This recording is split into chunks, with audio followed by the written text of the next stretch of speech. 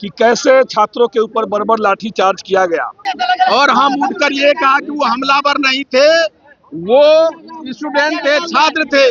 दो जुमला फेंके हैं।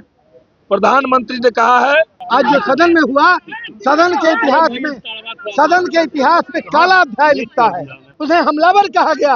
उनके आंदोलन के प्रति उनकी कोई संवेदना नहीं कही।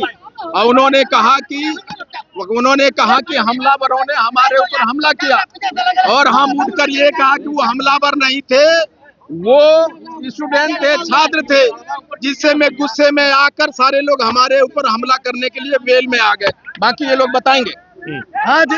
आज सदन में जो हुआ वह आज जो सदन में हुआ, सदन के इतिहास में काला अध्याय लिखता है। देश के और बिहार के छात्र और युवाओं को गाली दी गई, उसे गुंडा कहा गया, उसे हमलावर कहा गया। उनके आंदोलन के प्रति उनकी कोई संवेदना नहीं है। भारतीय जनता पार्टी के सदस्य बेल में इस तरह से आ गए जैसे कोई गुंडा पूरा ग्रुप आकर किसी पर हमला करता है। आईपी गुप्ता जी आज बाल बचे, सारे लोग हम लोग इनके साथ नहीं होते तो आज इनकी हत्या कर दी जाती। हमें खेद है कि सदन में आज प्रजातांत्रिक मूल्यों की लड़ाई में भारतीय जनता पार्टी के सदस्यों ने बहुत ही गलत स्टेप उठाया और छात्र युवाओं के खिलाफ उन्होंने अपने बयान दिए। और उस बयान की मैं तीखी भर्त्सना करता हूं। जो सदन का एक सदस्य अपने क्षेत्र से जीत कर आता है, छात्र और युवाओं की भी उनकी भूमिका होती है। आज पूरा देश का छात्र और युवा आहत है। उनके कैरियर के साथ खिलवाड़ किया जा रहा है, उनके हक और हुकूक नहीं दिए जा रहे हैं। बेरोजगारी एक तरफ मुंह बाए खड़ी है, दूसरी तरफ शिक्षण संस्थाओं में गड़बड़ घोटाला चल रहा है और पेपर लीक करने वाले और इस तरह के शिक्षा माफियाओं को संरक्षण दिया जा रहा है। ऐसे सवाल यदि सदन में नहीं उठेंगे तो कौन सा सवाल सदन में उठेगा? सड़क पर जनता, सड़क पर युवा, यहाँ से लेकर दिल्ली तक बर्बरतापूर्ण उनके साथ व्यवहार किया जा रहा है। लाठी से मार कर किसी को विदेशी बताया जा रहा है, किसी को घुसपैठिया बताया जा रहा है। लेकिन आपने देखा होगा कि दिल्ली में पुलिस कहा गया कि ये पुलिस है। सिविल ड्रेस में कोई लाठी लिए हुए छात्रों पर चार्ज किया जा रहा था, लाठी चार्ज किया जा रहा था और कहा जा रहा था कि पुलिस है। क्यों नहीं माना जाए? ये सरकारी दलों के गुंडे वहां पर बैठकर इस तरह का अंजाम दे रहे हैं और छात्रों और युवाओं के साथ बर्बरतापूर्ण व्यवहार कर रहे हैं। हम देश के छात्र और युवाओं के साथ पूरी तरह खड़े हैं, पूरी सॉलिडरिटी के साथ, पूरा इंडिया गठबंधन, और उनके आंदोलन में एक एक कदम पर हम लोग के साथ रहेंगे। भाइयों, मैं आपको बताना छात्रों के प्रति रहा है।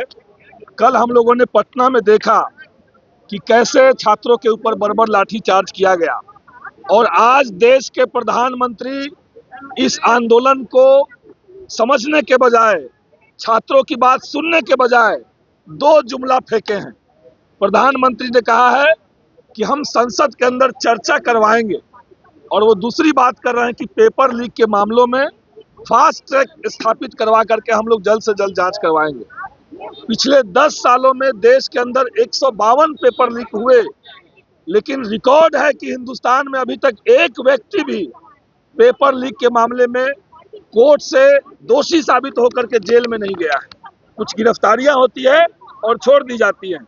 हमारी मांग अभी भी वहीं पे है, सरकार धर्मेंद्र प्रधान का इस्तीफा करवाए और जितने लोगों को सरकार ने फर्जी मुकदमे लगाए हैं दिल्ली में, उनके मुकदमे वापस किए जाएं और जो मारपीट छात्रों के साथ हुआ है, गृह मंत्री भी इस्तीफा दें। ये मांग लेकर के हम लोग आगे बढ़ेंगे। आप सभी पत्रकार साथियों को ये मालूम होगा कि देश में तमाम हमारे बेटे और बेटियां, हिंदुस्तान की बेटे और हिंदुस्तान की बेटियां अपनी मांग को लेकर के सड़क पे प्रदर्शन कर रहे हैं। और मुझे तब बहुत तकलीफ होती है जब इसी देश की बेटियां सिर्फ देश के प्रधानमंत्री को यह कह रही हो कि निकम्बे शिक्षा मंत्री से इस्तीफा दिला दो, हमारी परीक्षाएं सही तरीके से ले लो। देश का इतिहास युवाओं के हाथ में होता है और यह युवा देश का इतिहास रचता है। पटना में प्रदर्शन हुआ, इसी देश के छात्रों के लिए दिल्ली में प्रदर्शन हुआ, आईटीबीपी, बीएसएफ, सीआईएसएफ और न जाने सिविल ड्रेस में किसके गुंडे छात्रों को बेरहमी से पीटा। इसी सदन में, ये लोकतंत्र का मंदिर है। ये किसका मंदिर है? ये जनता का मंदिर है। ये न हिंदू का मंदिर है, न सिख का मंदिर है, न ईसाई का मंदिर है। ये जनता का, लोकतंत्र का मंदिर में एक गुप्ता परिवार का व्यक्ति, जिन्होंने सदन में बस इतना ही कहा कि हम चाहते हैं कि देश और बिहार के छात्रों के साथ न्याय हो। भाजपा के कुछ साथियों ने, जो जनता से चुन के आए हुए हैं, इनके आचरण का जितना भी निंदा करे कम है। इनको मां बहन के सदन के अंदर गाली दी गई। क्या आप इस देश के इतिहास में कभी सुना है कि लोकतंत्र के मंदिर में जनता से चुन के आए हुए पक्ष और विपक्ष कोई किसी को मां बहन का गाली दे सकता है? जो छात्र आंदोलन कर रहे हैं उनको गुंडा शब्द कह करके सदन के अंदर पुकारा जा रहा है। एक अति पिछड़ा का बेटा, अगर राष्ट्रीय जनता दल और महागठबंधन के साथी वहां नहीं होते तो आज इनके साथ देश के इतिहास का एक ऐसा पन्ना लिखा जाता जो सदन के अंदर किसी सदस्य की हत्या नहीं हुई है, आज इनकी हत्या कर दी जाती और धमकी दी जा रही है कि सदन के बाहर निकलना तो तुमको बताएंगे। मैं तो आईपी गुप्ता से और बिहार के तमाम अति पिछड़ा के साथियों से आग्रह करता हूं, ईश्वर न करे इनके साथ कोई घटना दुर्घटना होता है तो अध्यक्ष महोदय सीसीटीवी निकाल कर देखना इनको किसने धमकी दिया है।